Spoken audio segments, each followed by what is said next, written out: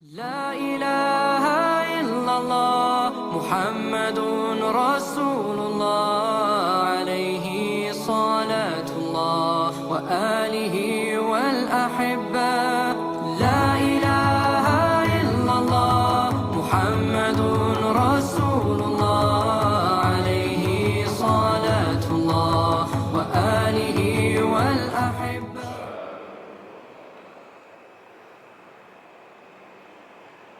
Alhamdulillah, salatu wassalamu ala rasulillah Sayyidina Muhammad ibn Abdillah wa ala alihi wa sahbihi wa man tabi'ahu dan wa wala.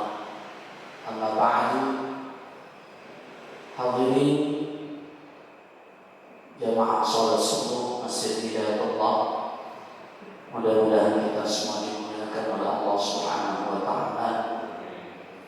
Alhamdulillah, bersyukur kita kepada Allah subuh hari ini untuk kesekian kalinya kembali meneruskan kajian terjemah kitab Riyadhus Shalihin, masih pada bab yang membicarakan tentang bayanu kasrati turuqil khair, bayan penjelasan kasrati banyak turuk jalan-jalan al-khair menuju kebaikan, berbagai macam cara untuk memperoleh kemuliaan, kebaikan, pahala di sisi Allah Subhanahu wa ta'ala.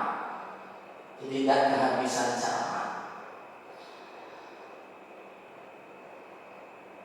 Hadis yang kita bicarakan subuh hari ini masih hadis bersumber dari sahabat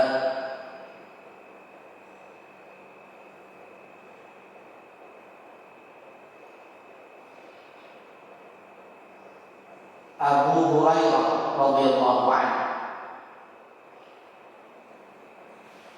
An Abi Hurairah radhiyallahu anhu qala, dari Abu Hurairah radhiyallahu anhu dia berkata, qala Rasulullah sallallahu alaihi wasallam, Rasulullah sallallahu alaihi wasallam bersabda, ala adullukum ala ma yamhullahu bihil khataya wa yarfa'u bihid darajat.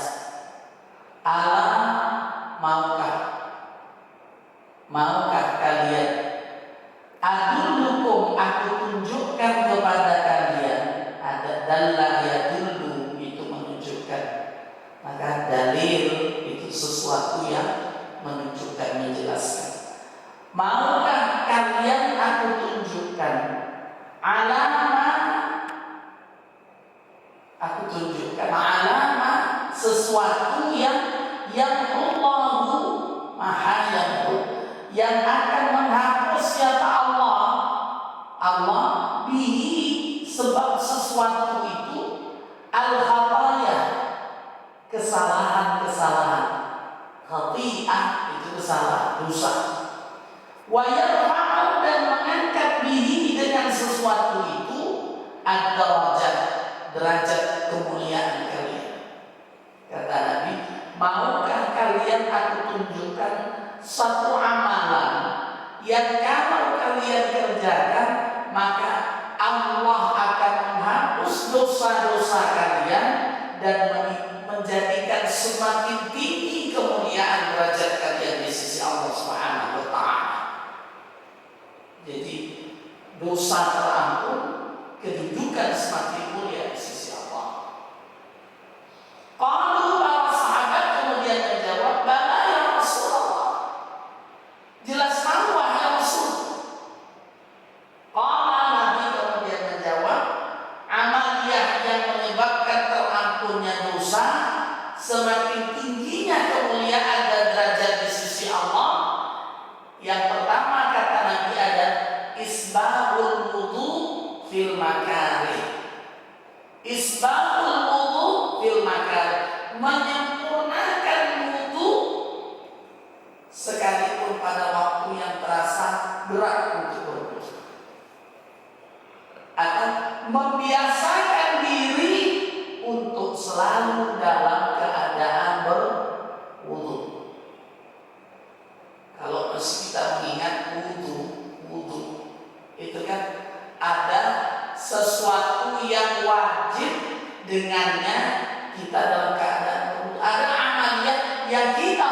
wajib dalam keadaan punya wudu.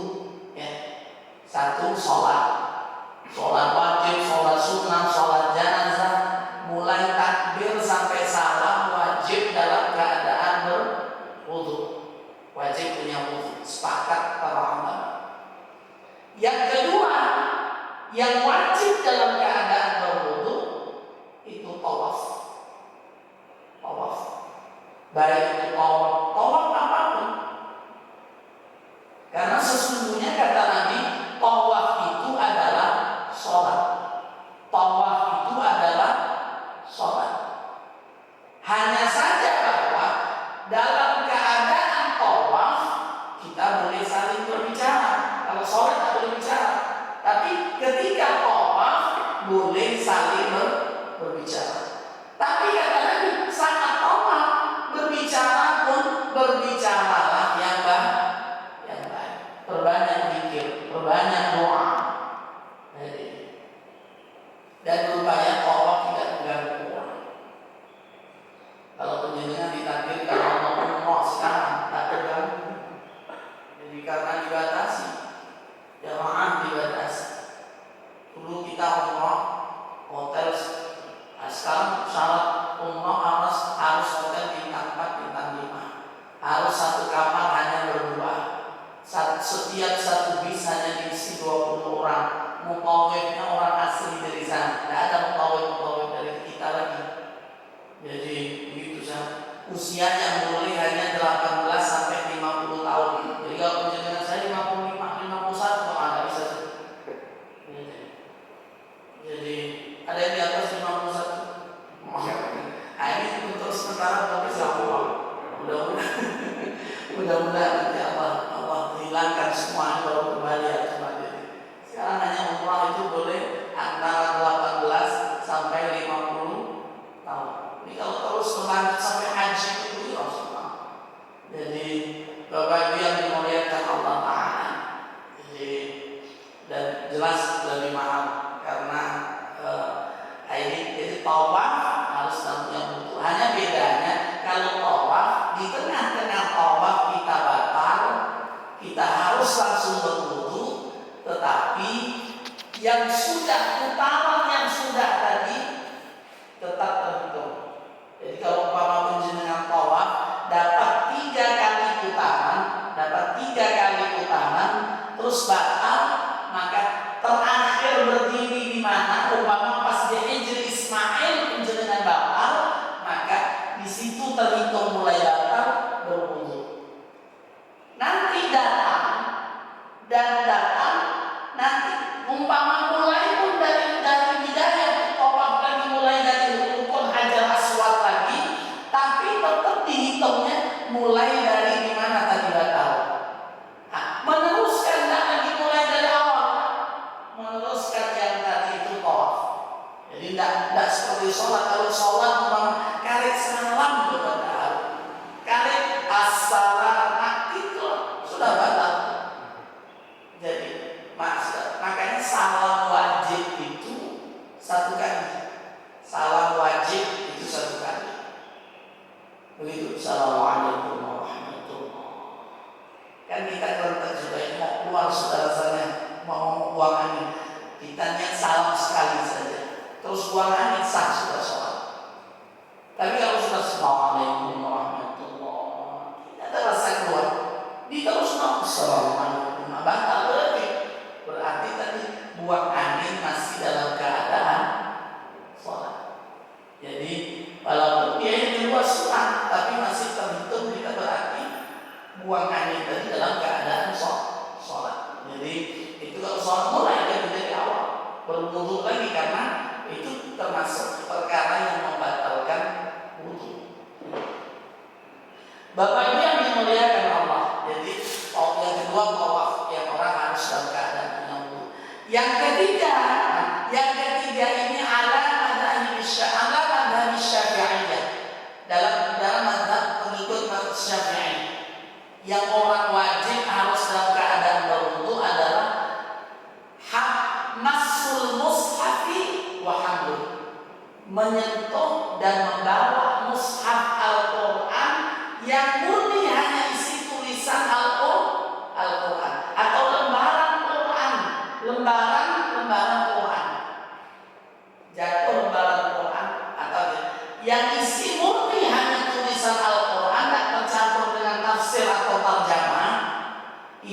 membawanya harus dalam keadaan punya wudu.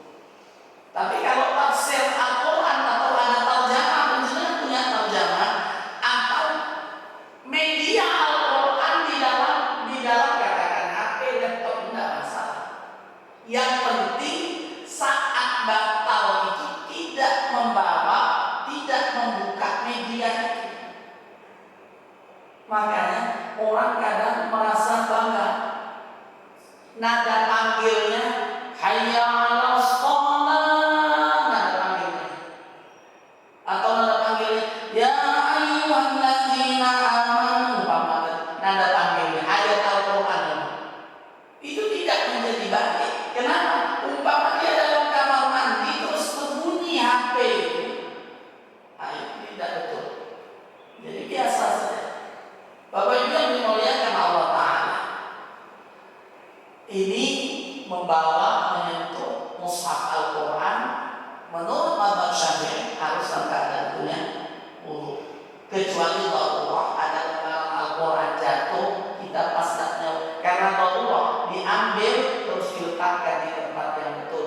Nah itu tidak masalah. Atau pas tengah-tengah membawa terus batal kita, maka tetap harus dibawa, bukan berarti langsung dilepaskan, tidak, tetap itu dibawa, mencari tempat yang benar untuk kemudian meletakkan. Bapak Ibu yang dimuliakan Allah, ini yang wajib dalam keadaan berwudu, wajib. Tapi yang menjadikan terampun dosa mulia kita karenanya itu membiasakan dalam ada saat sunnah orang dalam keadaan berwudu. Satu, inda dzikrillah azza wa jalla. Ketika kita menyebut nama Allah, ketika kita menyebut subhanallah walhamdulillah, atau ketika membaca ayat-ayat Allah, Al-Fatihah, baca Al-Ikhlas, baca Al-Quran lah. Beda ya. Kalau tadi yang wajib itu menurut saya membawa, menyentuh. Tapi sepakat bahwa kalau cuma sekedar membaca saja tanpa ada mushaf atau tanpa menyentuh mushaf dalam keadaan berhadas kecil boleh membaca. Tapi disarankan, namanya disunahkan, menjadi lebih baik kalau kita dalam keadaan berwudu. Nah, satu sunnah orang dalam keadaan berwudu ketika dia sebut nama Allah, ketika dia baca ayat-ayat Allah, ketika dia sebut nama Rasulullah, itu dia disunahkan dalam keadaan punya wudu. Nah, kapan kita menyebut nama Allah? Karena kita ini dianjurkan dalam setiap waktu harus berbanyak berpikir, banyak menyebut nama Allah, berarti setiap waktu pula lah berusaha dalam keadaan angel Pak Ustaz memang, tapi berusaha mau kita air mudah. Banyak kita kalau tak bawa sholat masih sudah batal, masih ketemu air, kita perlu untuk kita lanjutin. Jelas ketemu air, betul juga perlu. Padahal coba kita berwudu, kita dalam keadaan suci, membiasakan untuk selalu jadi orang yang alat dawami ma'al wudu. Jadi dalam setiap keadaan selalu dalam posisi berwudu suci. Ini membiasakan berwudu. Ini yang istimewa. Dalam keadaan berwudu itu sepanjang tidak melakukan dosa tentunya yang disengaja ya. Orang dalam keadaan suci punya wudu, itu dia dalam keadaan dosa-dosanya diampunkan Allah. Dalam keadaan selalu berjalan dia, berucap dia, itu menjadikan dia diangkat derajat kemuliaan di sisi Allah Subhanahu wa taala. Satu, ketika berzikir. Yang kedua, sunah untuk berwudu itu juga ketika kita mau tidur. Dia mau tidur. Idza atata mabja'aka fatawadda wudu'aka lis-shalah. Apabila engkau hendak ke tempat tidurmu, maka berwudulah seperti wudumu ketika akan sholat. Jadi mau tidur, mau ke tempat tidur wudu. Perkara baru naik ke tempat tidur sudah batal, selesai, tidak masalah. Nabi hanya ketika mau tidur, ketika mau ke tempat tidur, bahwa tidur itu sudah membatalkan wudu.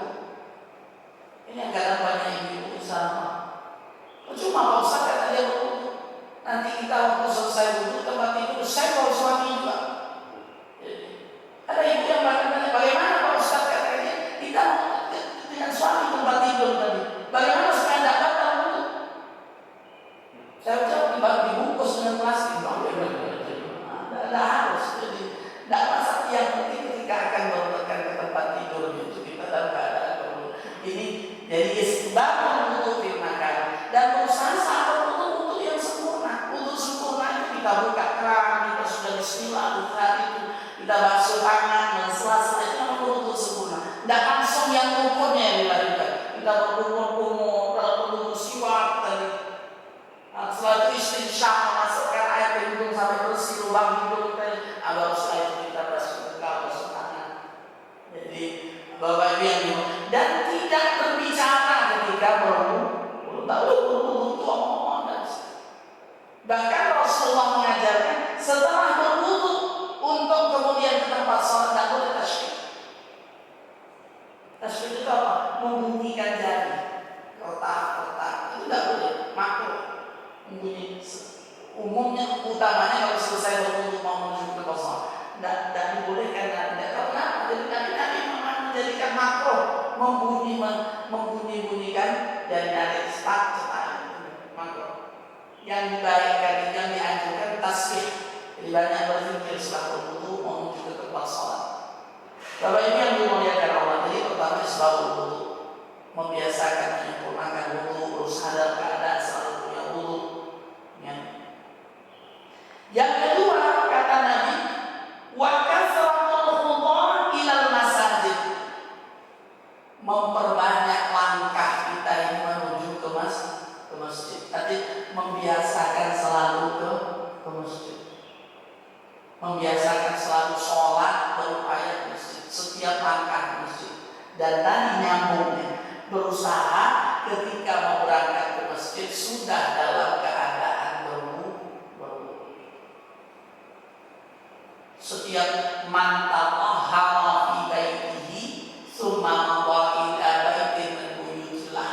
Siapa orang bersuci berwudu dia di rumahnya, baru setelah itu dia berangkat menuju ke rumah Allah yang di masjid, sama dengan ini. Setiap langkah dia itu satu terampunnya dosanya. Jadi langkah dia itu terampun dosa dan semakin tinggi kemuliaan dia di hadapan Allah Ta'ala. Kalau berangkat ini jadi itu berbanyak langkah. Saya tidak langkah Pak Ustaz, saya pakai sepeda motor. Setiap putaran itu menjadi bernilai di hadapan Allah. Saya cuma nebeng Pak Ustaz, numpang di gojek sama saja. Jadi ini bahasa Rasulullah.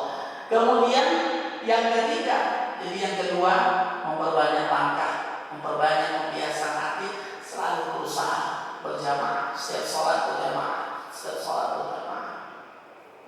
Membiasakan selalu masjid. Bapak Ibu yang dimuliakan Allah. Makanya kemarin saya bahas, kita kalau terbiasa ke masjid, terbiasa berjamaah, terus ada aturan masjid di lockdown, ditutup, tak boleh jamaah di masjid itu hati susah loh. Susah, mas, tak boleh ke masjid. Ada yang bilang dirasa susah. Kenapa? Karena biasanya kalau sholat mesti berjamaah. Tapi kalau yang tak biasa ke masjid, begitu dapat momen tak boleh ke masjid, tenang dia. Alhamdulillah saya dikawal di masjid. Bapak Ibu yang dimuliakan Allah Subhanahu wa Ta'ala. Dan jadi alhamdulillah kita sudah diperbolehkan meskipun ini masih saja ada bentuk khilaf tadi. Jadi tetap kita menjaga ikhtiar, menjaga protokol kesehatan, tetap menjaga jarak. Walaupun banyak karena memang ada itu kan dalam kondisi yang aman, bahwa harus merapatkan shaf. Jadi, tapi ketika dalam kondisi darurat, karena ini sesuatu yang tidak terlihat. Sesuatu yang tidak terlihat itu tahunya dari mana? Dengan zon, dengan perkiraan atau dari akhbar siqah, dari pemberitahuan orang yang memang dapat dipercaya bahwa secara medis bahwa ini masih ada, masih tetap harus berangkat. Kita harus menjaga itu, karena bahwa darul mafasid muqaddamun ala jalbil masalih. Faedahnya seperti itu, bahwa menolak, berusaha menghilangkan bahaya itu harus lebih diutamakan dari sekedar kita mencari kebaikan dan pahala. Bahwa sekarang masjid sudah dibuka berjamaah, kita manfaatkan. Bahwa kemudian masih ada aturan tidak boleh merapatkan shaf, tidak boleh berjabat tangan, masih harus menyentuh masjid, kita jaga itu. Sebab banyak kemudian para ulama, mana ada aturan kata mereka dari bawah menjaga, tidak ada aturan. Bahkan yang ada tadi bahwa harus rapat shaf, karena ketika tidak rapat berarti membuka peluang setan ada di situ. Itu bahasa biasa Rasulullah. Jadi bahwa ketika dalam kondisi Allah tetap ini tidak sampai nanti betul-betul dirasa. Memang banyak sudah masjid-masjid yang sekarang, terutama kalau di tempat saya di Kepelegi itu hanya ada tinggal 2-3 masjid aja yang masih tetap menjaga jarak. Yang lain sudah semua kembali merapatkan soft. Bahkan nggak usah di Kepelegi, di Surabaya saya mulai diminta ngaji itu per bulan Juni ya Pak. Itu masih rame-ramenya. Masuk saya ke masjid ini tadi, nggak ada yang pakai masker dan soft sudah nggak ada yang bawa sajadah, seperti biasa sudah. Rasa hati beli. Untungnya betul masjid itu saya setiap masuk langsung memang ke tempat imam, langsung mimpin sholat 3 koma, mengaji, terus sholat. Jadi nggak pernah memang langsung ketemu dengan jamaah, tapi antar mereka. Kenapa begitu? Karena kebetulan Pak Ustadz kita kata mereka mulai dari diumumkannya ada masalah COVID-19 sampai detik ini alhamdulillah tidak ada satupun yang terpapar dalam satu kampung itu. Makanya mereka amat merasa enjoy itu, jadi merasa senang ini, sholat tetap seperti biasa di daerah Somalia. Dari bapak-bapak pun ada daerah Somalia, kelurahan Somalia Kebijakan itu mulai dari waktu tarawih tetap tarawih seperti biasa, waktu sholat Id tetap. Jadi Bapak ini yang dimuliakan Allah Ta'ala. Jadi yang kedua, memperbanyak langkah, membiasakan kita. Alhamdulillah sudah di masjid dimana-mana sudah buka. Kegiatan sudah banyak yang bisa dimulai, kita mulai biasakan. Kemudian yang ketiga, kata Nabi yang menjadi sebab terampunnya dosa adalah intidharus sholat ba'da sholat. Intidharus sholat ba'da sholat, menunggu dari satu sholat ke sholat berikutnya. Nah ini keadaan hati. Bawa hati itu ketika Assalamualaikum warahmatullahi, Assalamualaikum warahmatullahi, selesai. Jadikan hati itu berharap, ya Allah, kita menunggu sholatnya. Menunggu hati, ingat hati yang menunggu. Kalau namanya hati yang menunggu, penjenengan hak menunggu kepengen dan cepat berangkat ke Jakarta. Jadwal keberangkatan jam 7, sampai di bandara jam berapa? Jam 6 sudah di mana? Takut orang. Masjid subuh azan jam 3.42 kali. Jam berapa mulai masjid? Ini Pak, tidak begitu buru-buru kita. Ambil intidhar, bawa hati kita yang menunggu, waktu sholat. Jadi ini masalah hati dan amal ya, menunggu sholat. Karena menunggu seperti menjelaskan tadi, belum waktu keberangkatan sudah ada, belum ada manusia sudah ada bisa istimewa. Paling tidak begitu, berusaha paling tidak masbuk, berusaha tidak sampai masbuk. Ada yang tidak komat itu paling tidak berusaha bisa 2 rakaat sebelum subuh, usahanya. Kan raka'atani qabla subhi ahabbu ilayya minad dunya wa ma fiha. 2 rakaat qabla subuh itu lebih istimewa daripada dunia dengan semua isinya. Berusaha. Bapak ini yang dimuliakan Allah, ini 3 amalia. Nanti yang kalau kita lakukan semua dosa kata Nabi diamputkan, dosa yang perlu itu dihapus. Jadi pada catatan itu dosa yang mengusap ke Allah Ta'ala, yang menghapus Allah Subhanahu Wa Ta'ala. Kemudian masih dari Abu Hurairah radhiyallahu anhu, qala Rasulullah sallallahu alaihi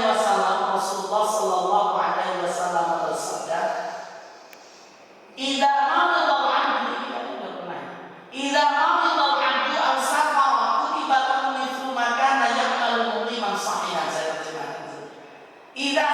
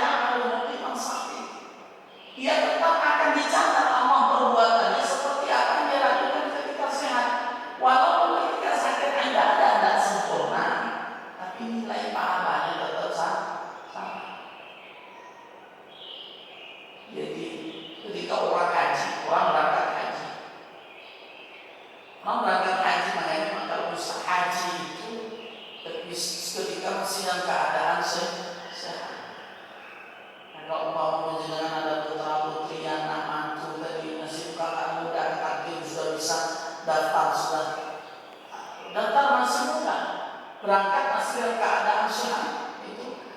Karena kalau sudah dalam keadaan kurang sehat, usia yang sudah lanjut, ada banyak amalia yang tidak bisa dilakukan. Contoh,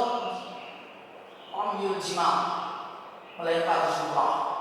Walaupun syariat membolehkan, syariat bolehkan, termasuk melempar jumrah itu boleh diwakilkan orang, boleh diwakilkan orang lain. Tapi kan akan menjadi lebih istimewa kalau yang kita sendiri yang melakukan. Tapi kan keadaannya tidak jarang tenda jamaah kita ini ketika mabit, ketika di Mina dengan tempat jamaah tadi, tempat melempar jumroh itu jaraknya jauh, ada sampai 4 kilo 5 kilo. Dan itu kan tidak ada kendaraan yang menghubungkan dari tenda ke jamaah, harus dengan jalan. Umpama sampai tidak bisa dan harus diwakilkan, memang pahalanya sama. Itu yang dimaksud nanti. Jika memang tadi terasa berat, dan Allah berikan tetap pahalanya sama. Artinya tidak ada alasan orang karena dia sakit tidak bisa beribadah, pahala berkurang, tidak berkurang karena selalu sakit. Mungkin kurang sempurna ibadah karena masa kondisi kurang sehat tadi yang dipilih dilakukan yang rukun saja ketika sholat. Bahwa rukuk dan baca rukuknya sekarang tidak masalah, pahala tetap sempurna. Ini kata Rasulullah.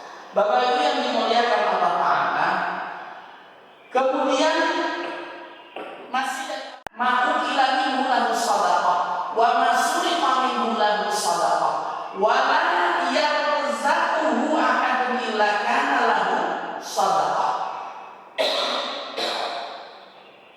Ma'min muslimin, seorang muslim yang risu warusan, dia menanam tanaman apa saja dengan nanam dan tanaman. Kemudian tanaman ini tadi makhluk hilang, siapapun yang menikmati tanaman itu, mungkin ada daun yang bisa diambil daunnya dimakan orang, itu menjadi sedekah buat dia. Atau masuri minhu lahu sedekah, dicuri orang tanaman dia itu. Mungkin di depan rumah ditanam lombok, ditanam tomat, atau ditanam mangga begini. Bicara uang. Kalau ini harus tahu. Ketika penjenengan dicuri orang, bahwa hati tidak mantul, jadi sedekah. Jadi sedekah. Ini nanti kata orang numpang iup di bawahnya, kita dapat pahala sedekah. Orang ambil daunnya, bawa bunga dan diambil orang dicupang, kita dapat pahala. Penjenengan setiap waktu disiram itu dapat pahala sedekah. Artinya orang untuk dapat pahala itu tidak kehabisan cara saya. Ini hobi kita ini, hobi kita ini menanam kita. Tapi kadang kalau mencet coba ngomongin mantel, omongan baru lelek itu yang menjadikan tidak berpahala. Muka-muka si nyolong tanya mana jadi pahala karena mantel kita. Coba diikhlaskan. Ini yang benar. Padahal kalau mau dipikir dengan akal tadi, mangkel ya sekadung hilang, nak mangkel ya mesti hilang. Padahal salah satu umpama di bawah mungkin merasa ini, tapi di bawah astagfirullah. Semoga si nolong tadi yang dimakan barokah. Mudah-mudahan jadi sedekah. Malah kebenaran tak perlu datang bersyukur dia uang. Oh, di bawah seperti itu hebat. Jadi bernilai sedekah. Yang memakai hadis ini yang punya pohon, jangan yang tidak punya pohon pakai hadis ini. Saya nanti jangan ambil, tetap hukumnya mencuri. Tapi kalau ini kata Nabi, kita yang punya pohon diambil orang tanpa izin, bahwa hati tidak marah, bernilai sedekah. Sampai dimakan burung itu, kita dapat pahala sedekah. Atau dimakan hewan apalah yang dimakan, kan kadang ada ulangnya di situ. Dapat nilai kita. Berarti menanam itu mau sampai kita nikmati buahnya atau tidak, kita sudah dapat nilai kemuliaan di hadapan Allah. Jadi kita menanam itu sudah dapat nilai. Habis kita dimakan ulat, habis dimakan codot,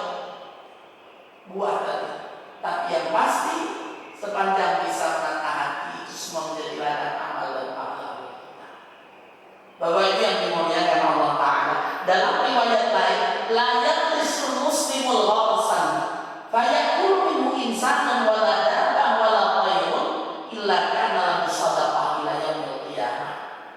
Jadi seorang muslim, kata Nabi, menanam satu tanaman, kemudian dari tanaman itu dimakan orang atau dimakan dabah. Dabah itu binatang melata, semua orang hewan makan, itu ulat, cacing, segala macam. Jadi walau tayrun, atau dimakan burung, dimakan codot, dimakan burung, dimakan kalau pagi itu ada ngumpet apa ya. Nah itu semua akan bernilai pahala buat dia sampai nanti harinya. Bapak Ibu yang dimuliakan Allah, jadi ini Rasul menjelaskan tentang bagaimana bernilai itu, mencari nilai kebaikan itu pada prinsipnya seperti mudah. Apapun bisa menjadi pahala. Jadi kalau ada orang nanti datang di hadapan Allah, sehingga manusia itu tidak ada ceritanya orang sama sekali tidak punya kebaikan. Nah, kalau ada orang meninggal dunia, apa pesannya? Udhkuru mahasina mautakum. Kalau ada orang mati, kata Nabi, sebutlah kebaikan-kebaikannya. Sawalek kalau Allah yang kita omongkan harus yang baiknya. Walau dulu masawi, jangan pernah kamu sebut lagi keburukan-keburukan. Tapi apa kata Al-Quran? Faja'alnahu haba'an mansura.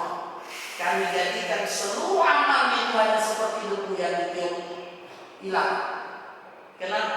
Karena niatnya yang tidak betul. Atau setiap perilaku kebaikan yang dilakukan oleh orang kafir ini akidah. Jadi merusak niat yang salah atau memang tidak dalam keadaan muslim. Tapi bahwa manusia mesti punya kebaikan. Maka ketika meninggal seseorang, kata Nabi, sebutlah kebaikan-kebaikannya. Nabi tidak bolehkan menyebut keburukan.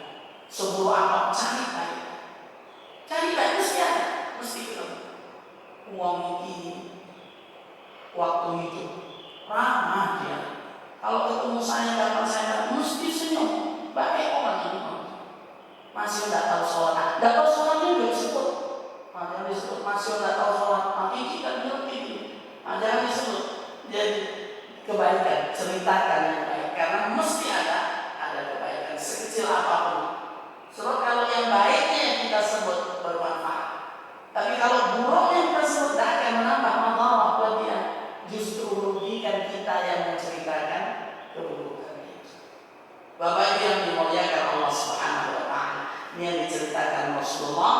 Jadi la yaqlisu muslimu gharsan wa la yazra'u zar'an fa yaqulu minhu insanun wa la dabatu wa la syakila kanat lahu sadaqah. Jadi redaksinya macam-macam tapi maknanya sama. Seorang muslim menanam satu tanaman, jadi yazra'u zar'an, sama zar'a itu menanam. Zar'an itu tanaman, cuma lebih pada kalau zar'a itu kayak padi, jagung, itu zar'a. Jadi menanam, kemudian dimakan manusia, dimakan hewan atau apapun tadi, illa kanat lahu sadaqah, semua akan bernilai sadaqah buat dia. Bapak Ibu yang dimuliakan Allah Ta'ala, ini dikaitan dengan upaya mencari kemuliaan di hadapan Allah. Jadi sesuatu, tidak ada orang kemudian kehabisan cara untuk mendapatkan kebaikan dan kemuliaan di hadapan Allah. Saya kira mungkin ada yang kita bicarakan mengenai ya. Iya. Gimana kalau bulunya itu di ruangan yang ada proses? Nah, betul. Itu sangga. Bahwa sah. Jadi di dalam ruangan yang ada kloset, di situ di situ tetap boleh berwudu. Dalam keadaan ruangan yang seperti itu yang tidak dibolehkan menyebut nama Allah aja tidak boleh. Tapi bahwa mengingat, bahwa berniat itu amaliyah qalbi tetap boleh. Mengingat dalam hati boleh. Mengingat, berniat bahwa kita berwudu karena Allah itu tetap mubah, tapi tidak dilafazkan. Untuk wudu dan sahnya Oh tidak, itu bagian dari sunnah. Makanya kenapa sudah terbaca saat ketika kita akan masuk masjid, mau masuk ke kamar mandi. Makanya Nabi ketika mau masuk ke kamar mandinya, tadi Nabi kan mesti aturan Rasulullah itu pasti tidak Bismillahi Allahumma inni a'udzubika minal khubuthi wal khaba'ith. Awal Bismillahi. Nabi masuk dengan kaki kiri. Bayangkan ketika ini kita masuk kamar mandi, kita ikuti aturan ini. Bismillah dulu paling tidak, ta'awudz paling tidak, kita melangkah masuk dengan kaki kiri. Betapa pipis loh dengan jalan. Pipis kita atau apa yang jalan di kamar mandi tadi dapat pahala karena masuk itu sesuai aturan sunnah. Begitu kemudian keluar kita langkah kaki kanan persis di depan. Alhamdulillah, kalau Nabi ghufranak alhamdulillahilladzi adhaba 'anil adha wa 'afani. Ampunkan saya ya Allah. Segala puji bagi Allah yang sudah menghilangkan semua penyakit dari saya. Karena kita sudah bisa maaf ya, hilang semua penyakit. Wa 'afani, dan menyehatkan saya, menjadikan afiat, sehat saya. Bersyukur lagi, bernilai. Nah, bahwa di dalamnya kemudian mandi besar di dalam tadi yang mungkin ada kloset. Nah, karena kalau zaman dulu memang orang tadi atau mungkin di rumah yang lebih besar memang bahwa ada tempat yang khusus untuk WC berbeda dengan tempat dia mandi. Tapi kalau sekarang kan karena untuk lebih menghemat tempat kan mesti jadi satu ya. Nah, dalam keadaan seperti itu, disitulah kita harus tahu bahwa tetap boleh berwudu di situ, boleh.